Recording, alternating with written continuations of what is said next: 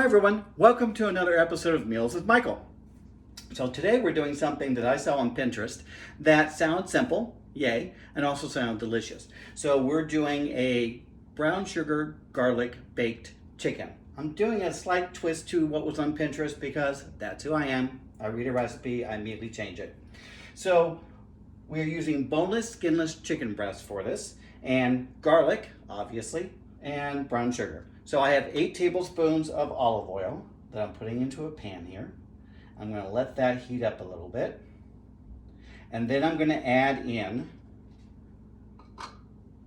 8 cloves of minced garlic. So 8 cloves. Why am I using so much garlic? Well, because the chicken breast that I bought, it's 2 pounds of chicken breast, and they're pretty large. It's kind of like they're on steroids maybe or something. They've been working out. So I cut them all in half, which means I have 8 pieces. So I am doing 1 clove of garlic for every piece of chicken breast. Okay. So if you don't want to mince up your garlic and you don't have the time for that, then you can always, adjust that. You can always get jarred minced garlic, which is what I do because I use a lot of garlic.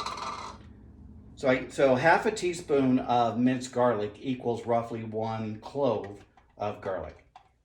So we're heating this up in the pan. Starting to hear it go.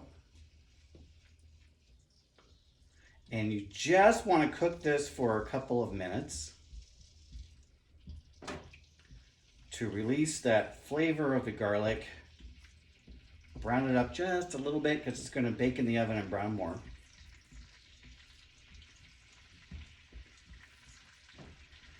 So I mentioned I'm using boneless, skinless chicken breast, and very often that chicken breast can get very dry when you are baking it. So what I do to try to keep it from getting dry is I have currently my baking dish in the oven at 400 degrees preheated, and that's frying up nicely. I put in 2 tablespoons of butter and 2 tablespoons of olive oil, the butter to melt, the oil to keep it from burning, and melting that currently right now, because that's going to give me a nice base of fat for my boneless, skinless chicken breast because there's no fat. You took the bones out, you took the breast skin off and everything, so there's no fat to it. And you don't want it to dry out. So I'm also going to be using chicken stock as well. I'll show you that in a few minutes. So we get this cooking for a couple of minutes here. As you can see, it's all going pretty well.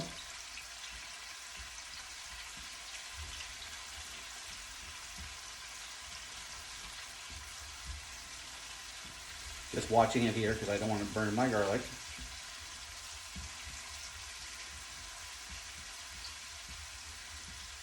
Then once you feel your garlic is at the right consistency for yourself and doneness, again, you can smell it. It smells like dinner as soon as garlic and oil start going. It smells like dinner.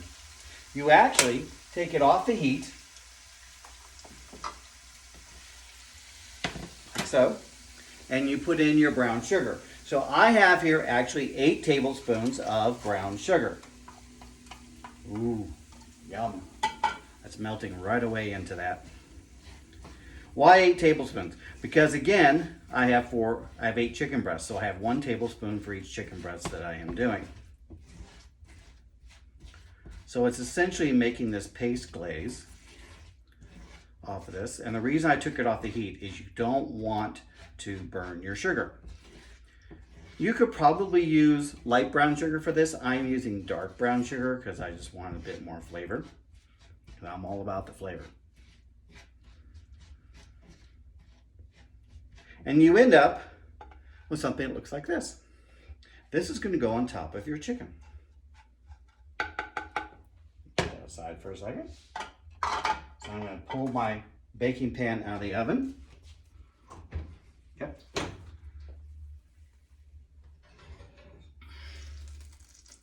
Here you go. The butter is melting nicely. Woo.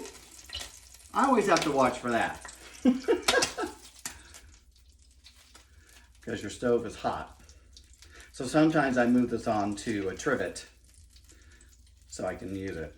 But you can also balance it out like I'm doing right now, trying to get the heat balanced. Okay, that should be done popping, I hope. We'll find out in a minute. Okay. And then, that is not done popping. Oh, live recordings. Gotta love them. There we go. Okay. So then, you essentially take your chicken breasts that I have, like I said, I cut them in half because they were pretty large. I mean, this is half of one right here. And I dried them off so they can brown nicely while we're going. Just place them in your pan. You've got your butter, you got your olive oil. I actually like to add a little bit of salt and pepper every time I'm doing chicken. I do just a little sprinkle, and I use a lot of sea salt and then ground pepper as well. Okay.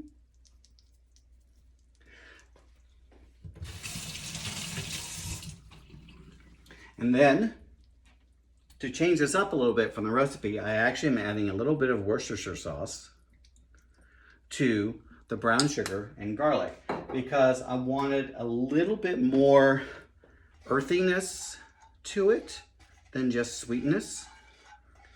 So I figured the Worcestershire sauce should actually work pretty well for that. So you see, with that oil and everything, that's why you wanted the 8 tablespoons of oil, because you're not cooking through your oil. You actually just end up drizzling this on your chicken breast.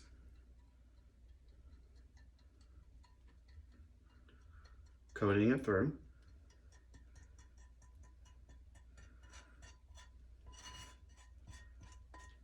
So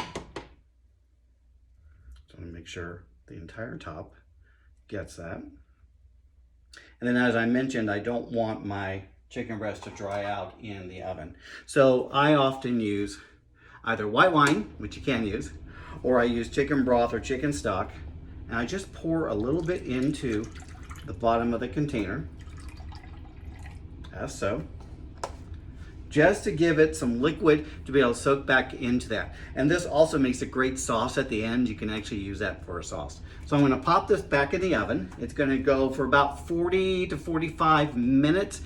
You wanna be able to use your meat thermometer and make sure your chicken is done.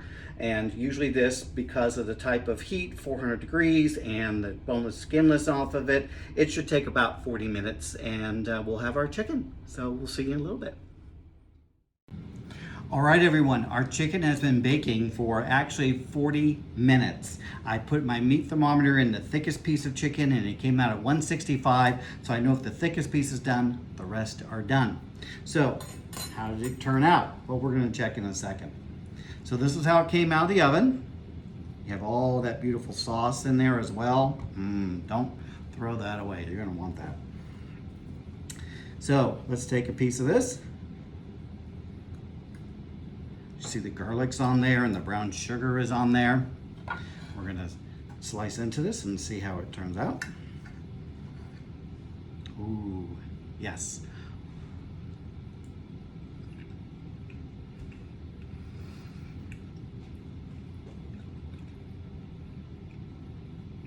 You have the sweetness of the brown sugar.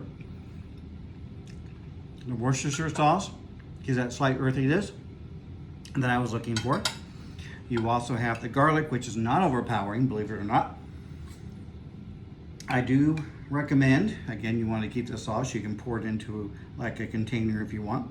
But I like pouring it a little bit on top of it. Bill loves this. He always wants the sauce from the chicken pan.